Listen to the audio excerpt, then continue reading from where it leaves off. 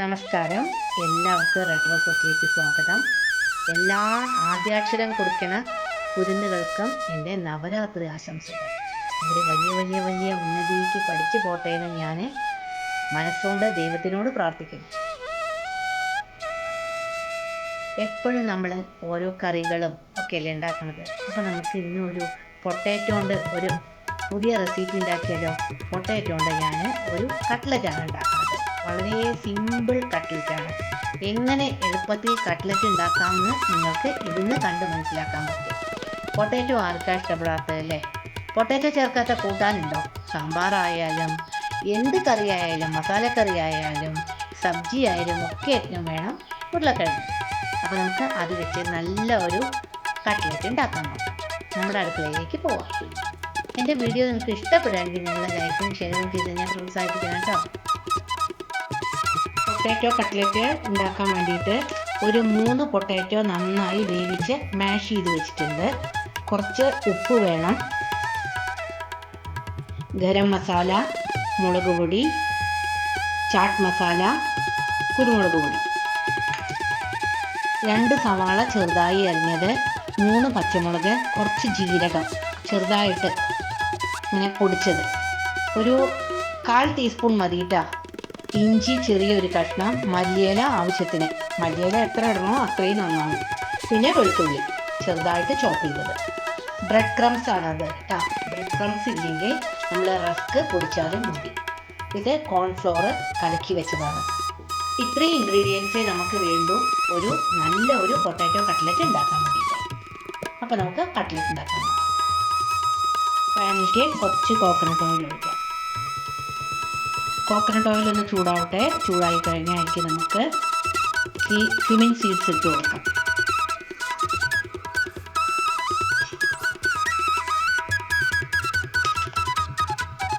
ഇളക്കി കൊടുക്കാം. അടുത്തത് ഇഞ്ചി വെളുത്തുള്ളി ഇട്ട് കൊടുക്കാം. പച്ചമുളകും കൂടി ആഡ് ചെയ്യാം.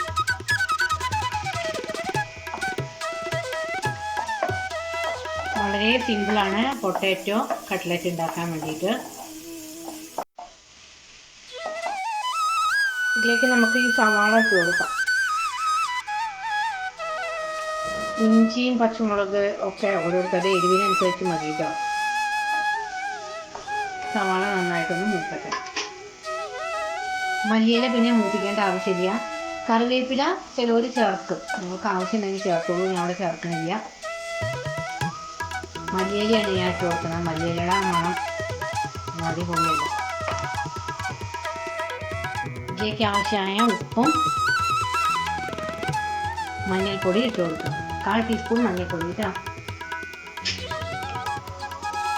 നമുക്കൊന്ന് ഇളക്കി കൊടുക്കാം.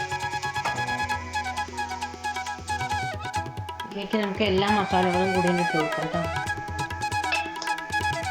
ഇതൊന്ന് ചെറുതായി ചൂടായാൽ മതി. കരിഞ്ഞു പോകണ്ട.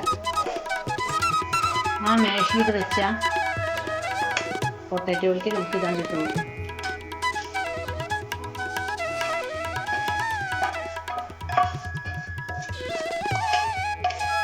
തണുത്തതിന് ശേഷം നമുക്കിതൊന്ന് കുഴച്ചെടുക്കണം. ഇതെല്ലാം കൂടി ഒന്ന് മിക്സ് ചെയ്തെടുക്കട്ടെ. ഉപ്പ് പോലെ വെച്ചാൽ നമുക്ക് അപ്പം ചേർത്ത് കൊടുക്കാം. ചൂടോടുക്കനെ മിക്സ് ചെയ്യരുത് കേട്ടോ, ചെയ്യാണ്ട് കൊണ്ടുപോയി.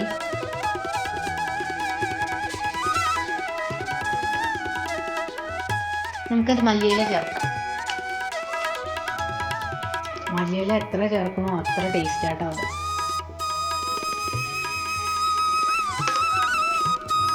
ഇനി നന്നായി മിക്സ് ചെയ്യും. ഇത് എത്ര എണ്ണം ഉണ്ടാവും എന്നറിയാൻ വേണ്ടിയിട്ട് നമുക്കത് ഉരുളകളായിട്ട് നമുക്ക് ഉരുട്ടിയെടുക്കാം കേട്ടോ. നമ്മൾ വെളിച്ചെണ്ണയിൽ ഇത് എല്ലാം കൂടിയിട്ട് വാട്ടിയെടുക്കുമ്പോൾ മല്ലിയില ഇടരുത് കേട്ടോ. അപ്പോൾ അതിൻ്റെ മണം പോയി കിട്ടുകയെ. എല്ലാം ആയതിനു ശേഷം മല്ലിയില ഇത് കയ്യിലിങ്ങനെ എടുക്കണു, ഉരുട്ടണു, വറുക്കണം. ഓരോരുത്തർക്കിട്ടുള്ള ഷേപ്പിനനുസരിച്ച് പരത്താം കേട്ടോ. ഇതിങ്ങനെ വെച്ചില്ലേ നമുക്ക് ഈ കോൺഫ്ലവർ ഞാൻ കലക്കി വെച്ചിട്ടുണ്ട്. നമ്മൾ പരത്തി വെച്ച കട്ട്ലറ്റ് ഇതിൽ ഞാൻ വെക്കുന്നു. ഇത് കോൺഫ്ലവർ കലക്കിയതാണ് കേട്ടോ. അപ്പോൾ നിങ്ങൾക്ക് അരിപ്പൊടി ഉപയോഗിച്ച് അതായാലും കുഴപ്പമില്ല, കടലമാവ് വാങ്ങിച്ചാലും കുഴപ്പമില്ല.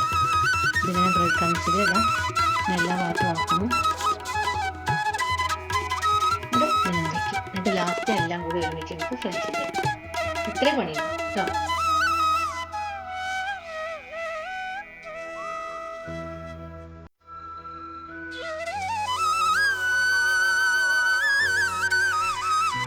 So simple. ഞാൻ കട്ട്ലറ്റ് കോക്കനട്ട് ഓയിലാണ് ഉണ്ടാക്കുന്നത്. ചീനച്ചട്ടിയിലേക്ക് അപ്പോൾ കോക്കനട്ട് ഓയിൽ വെച്ചു. നമുക്കിനി ഇതിലേക്ക് ഇട്ട് കൊടുക്കാം. ഒരു ഭാഗം ക്രിസ്പായാൽ നമുക്കിത് മറിച്ചിട്ട് കൊടുക്കാം കേട്ടോ. നമ്മുടെ കട്ട്ലറ്റിന് നല്ല മണം കേട്ടോ. മല്ലിയിലയുടെയും ഇഞ്ചിയുടെയും വെളുത്തുള്ളിയുടെയും മല്ലിയിലയുടെ ഒക്കെ നല്ല മണം നമ്മുടെ കട്ട്ലറ്റിന്. അടുത്ത കട്ട്ലറ്റ് ആയിട്ടുണ്ട്. നമുക്കിത് മറിച്ചിട്ട് കൊടുക്കാം.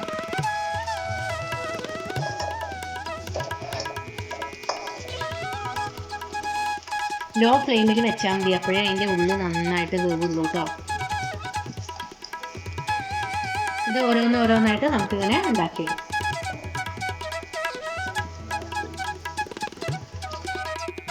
അപ്പോൾ വളരെ സിമ്പിളായിട്ടുള്ള ഒരു പൊട്ടാറ്റോ കട്ട്ലറ്റ് ഇവിടെ റെഡിയായി. എങ്ങനെ കട്ട്ലറ്റ് സിമ്പിളായിട്ട് ഉണ്ടാക്കാമെന്നാണ് ഞാൻ നിങ്ങൾക്ക് പറഞ്ഞു തന്നിരിക്കുന്നത്. എല്ലാവരും ഇത് ട്രൈ ചെയ്യൂ. എൻ്റെ വീഡിയോ ഇഷ്ടപ്പെടുകയാണെങ്കിൽ ലൈക്കും ഷെയർ ചെയ്ത് എന്നെ പ്രോത്സാഹിപ്പിക്കണം. അപ്പോൾ നിങ്ങളെൻ്റെ ഈസി കട്ട്ലറ്റ് ഒന്ന് നോക്കൂ. നിങ്ങൾക്ക് ഇഷ്ടപ്പെടുമെന്ന് വിചാരിക്കുന്നു. ഇനി എൻ്റെ പുതിയ വീഡിയോ ആയിട്ട് അടുത്ത് തന്നെ കാണാം. Take care. ബൈ.